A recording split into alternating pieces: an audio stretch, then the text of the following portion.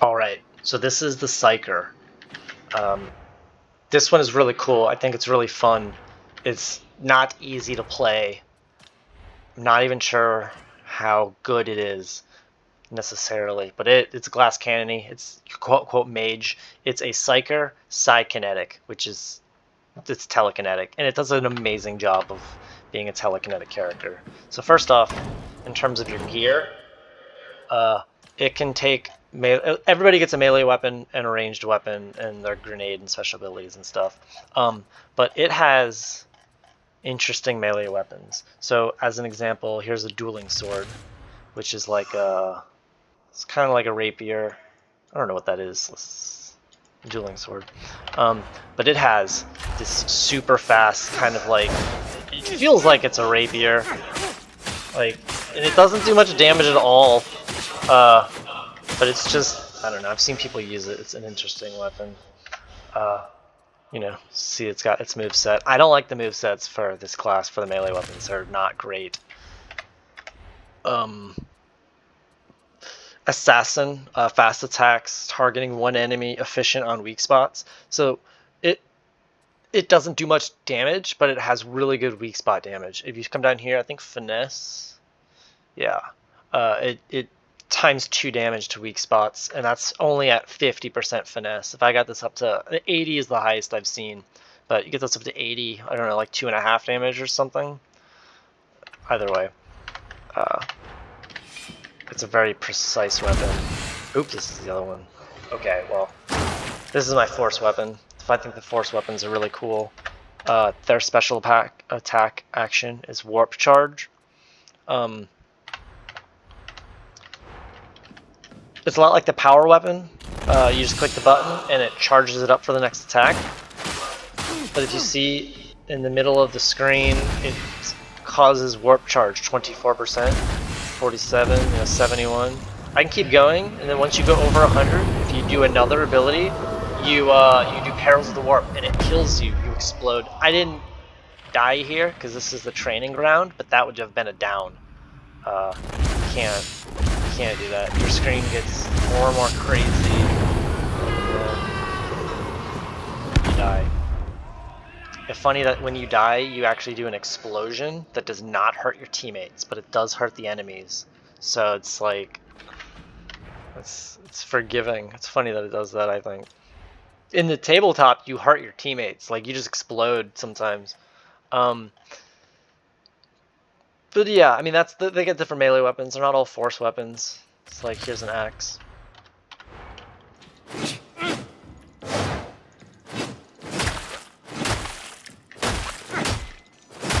Right. But then you have your ranged weapons, and you can have a staff. You can have a gun, like, you know, like anybody else.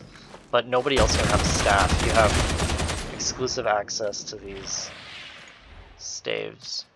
And they're all quite unique. They actually all serve a really useful purpose, and they're all good and balanced and mostly preferential. So this one I like a lot, the Void Strike staff. And you can see it has a little more complicated stats. It's much easier to just use them in C, but it's called Blaze Bolt, and then a better Blaze Bolt. This one just does a charge attack version of the regular attack, but this is the closest to a gun as you get. You can shoot regular attacks. As you see, each one gives me 5 perils. And of course, instead of reloading, I can hold R and I can make that go down. It slows my movement down, so like I can't move. Actually, I can because I have a feat. Nope. I took it off. Okay, yeah. So I don't know. It's not looking like I move much slower, but anyway, yeah, I don't move as fast. Then I can hold the button down, and I can shoot out an explosion. And I can shoot it at any amount of charge. It's just, it does its most damage at full. Like, but yeah, so you can just hang back and just keep blasting away, and it shoots extremely far. It's basically unlimited range, as far as you can see.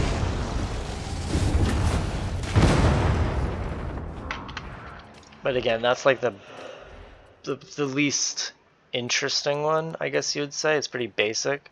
So the first one that you get is this. And it also shoots regularly. A lot of them just shoot regularly.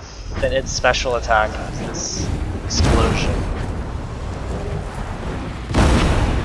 And this explosion is pretty cool because it actually does more damage on the line. So if you hit the dude, it kills them. And the guys who explode does not kill them. But the first dude, it will just annihilate. Actually, before I go on to the next weapon, you have your grenade. And it's not a grenade, it is the brain burst ability.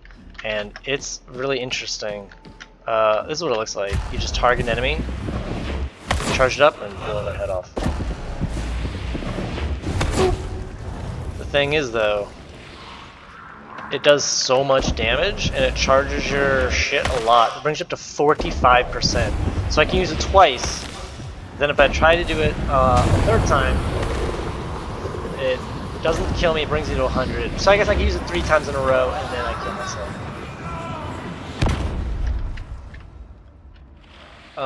But it has absolutely unlimited range. So I can be as far away, and as long as I can see the dude, boop, got him. Squish his head, right? And I can even grab him and I can dodge, I can hide behind terrain, I can go anywhere, do anything. All I have to do is touch him the first time. Look over here, boom, kill him. And you can even pre-charge it. So look, I'm charging, I'm charging, I'm charging, and I want to get hit.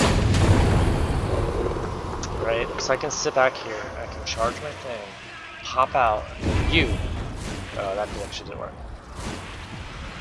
You have to get it fully charged so you can touch them with it. Yep. If you don't fully charge it, and then you grab them, okay, I don't know. It confuses me, honestly. But, so yeah. It's really good from a distance, because you can do a lot of damage to anybody from very far away. It sometimes is hard to aim it in a group, because it'll sort of target, you know, any random number of people. And it's very not good when you're fighting stuff that's really weak. Like say I'm, you know, here, and I got all these little dudes chasing after me. If they hit me even once, they interrupt me and the whole thing is canceled. So I'm sitting here trying to get the dude, I get hit. I'm sitting here trying to get hit, I get hit, I get hit. And it's not good if I'm at close range. So I need my teammates to protect me, or I need to use my melee weapon, get all the dudes away from me, and then I can sit in the back and just snipe people. And it's a very low skill too, because you just touch the dude one time with it, and then you don't have to continue aiming at him. Like, you don't have to sit here and snipe him or anything. You just sort of cross over him.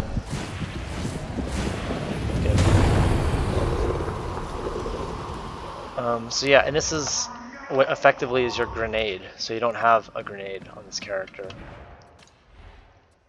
You do have your ability. You quell 50% peril and stagger enemies in front of you. So, boom, it knocks them down. It's like a shockwave. And, of course, it does quell your peril by 50%. So, you usually use that when you're really high on peril. When the enemies are in front of you, you can knock them away, continue casting spells. So then here's the Surge Staff. So again, it shoots regularly. A lot of the staffs just have a regular ranged attack. But then you can charge it up and shoot forked lightning. And it's very good. It has a decent range. You can hit everybody from right here. I think it's a little bit further than here. Like there. But then if I go stand over here, it's going to be out of range. See, it hits nobody. It's a little hard to tell when it hits nobody, but it just sort of covers the screen. But it works on everything. So when I say works on everything, I mean it stuns them. While they're glowing like that, it's stun locked. They can't do anything, can't do anything, can't do anything. And it's really good on these big guys because it does no damage, but I can just keep them stunned forever. And everybody near them, so a giant crowd of people, just stun lock them, stun lock them. And look, say I cast a spell, get to 100%, and I use my ult, and it pops it out. I can quell I can quell the peril while I'm miscasting, which is usually what I save it for because I'm really bad about that. But yeah, this is CC one. You just keep casting it, replenish yourself, or like quell your peril or whatever, cast more of it, and you basically keep your team from taking damage by just having everybody staggered.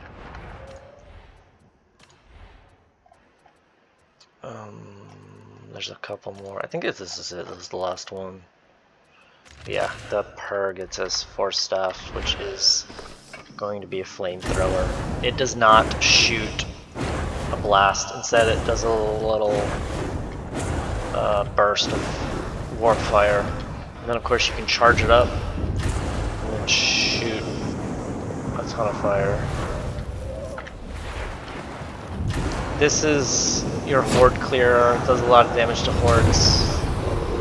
Obviously, I don't know how much damage does to these dudes. Yeah, not much. But yeah, I like to use the Surge Staff, the Lightning Staff. I think it's the best. The Void Strike's the most fun in my opinion, just because you get a lot of corridors, especially if you get some elevation to you. You shoot down at the enemy, and like those explosions are so great. It does a ton of damage, interrupts people, it has really far range, so I can just sort of... Somebody described it as carrying a missile, like a rocket launcher with unlimited ammo, and that's what I like about it. It does feel like you just throw rockets at people. But so, yeah, it's called a Blitz, is your grenade. It's the Brain Burst. You have an aura, and your aura makes you and your allies do more damage to the elites. And then you got some complicated shit. Basically, you use Brain Burst to kill enemies, and then you get charges of bonus damage that last for a very long time. You can see there on the bottom left, I'll charge them up. There, I got one. And see, it lasts for 25 seconds, and they each last for 25 seconds.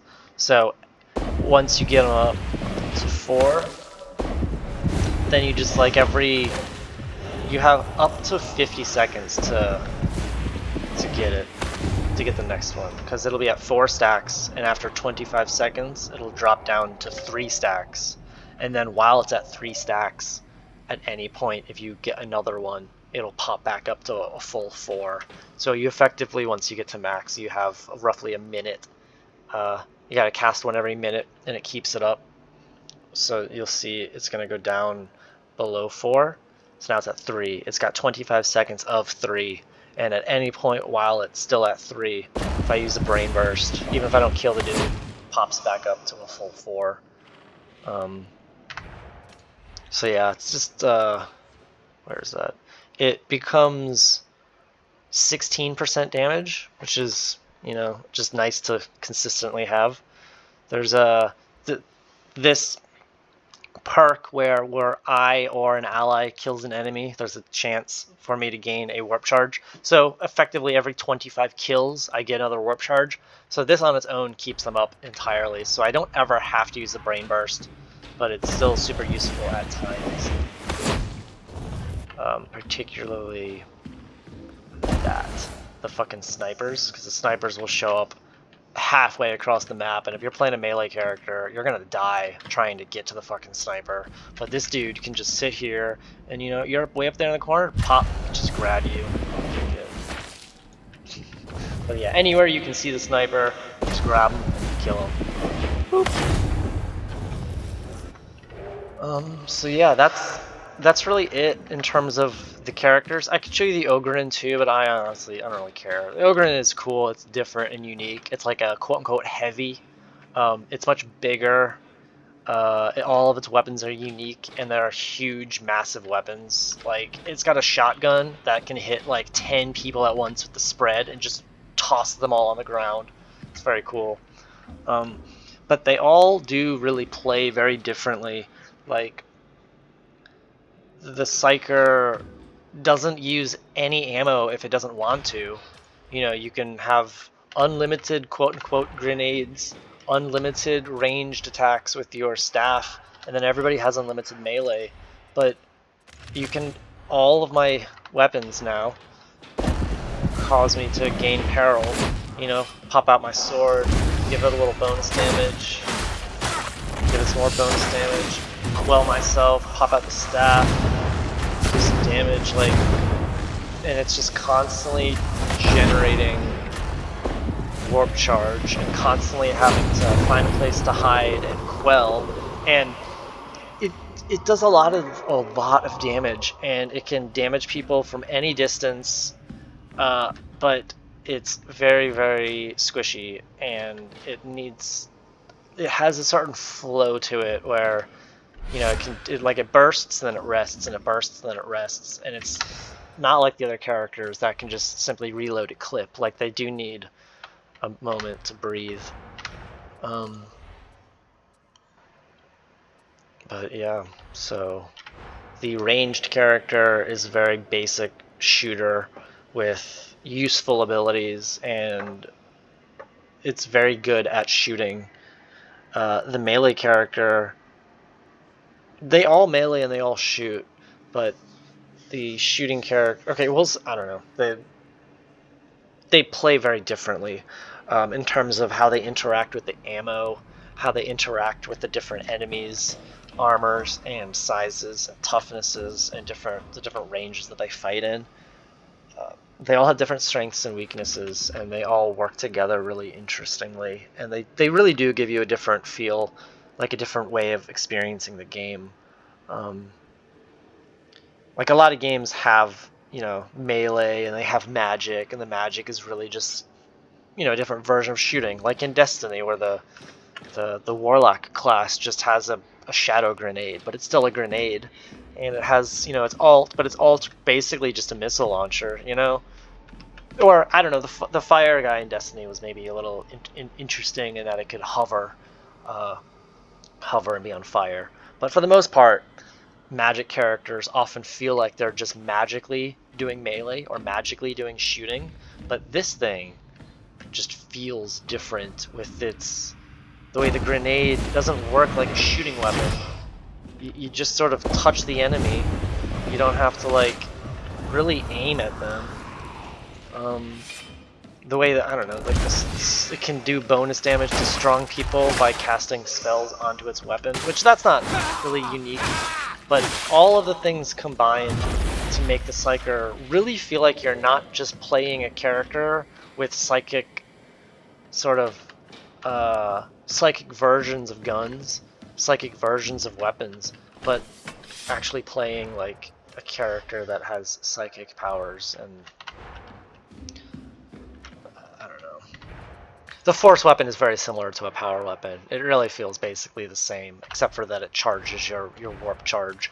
But it's just the ability to use the staves, which really do feel more like magic than magic range attacks. I mean, like lightning and the magic missile and stuff are pretty, like the flamethrower is, they are similar to guns, but they're different enough, and they're, I don't know, like they're unique and make sense to the Psyker, to the way the Psyker works in the tabletop, the way it works in the lore, and how it feels different. Like, I have a flamethrower on my melee character, and I switched to the Psyker thinking that, you know, the flame staff would be a lot like the flamethrower, but it's very, very different, because on my flamer, you know, like I can reload when I need to, and I can attack in melee, and I can do my stuff without charging peril. So then when I pull the flamer out, I have a fully loaded weapon with a full clip, and I just unload the fire and then switch to my melee weapon. But when I'm playing on this dude, I can't just shoot fire and then switch to do melee attacks or switch to do you know, brain burst, because I've already built up that peril. So it's a lot. It just becomes a very different experience, and you're running around the map. You're not chasing after loot crates. You're not worried about ammunition at all, because you literally don't use ammo. Like, it's just a very different experience than being a gunner. And it's very similar to that on the melee character too, because I don't use ammo as much on the melee character, but I do use some. With the wizard, with the Psyker, you don't have to worry about anything except for the enemies get too close to you.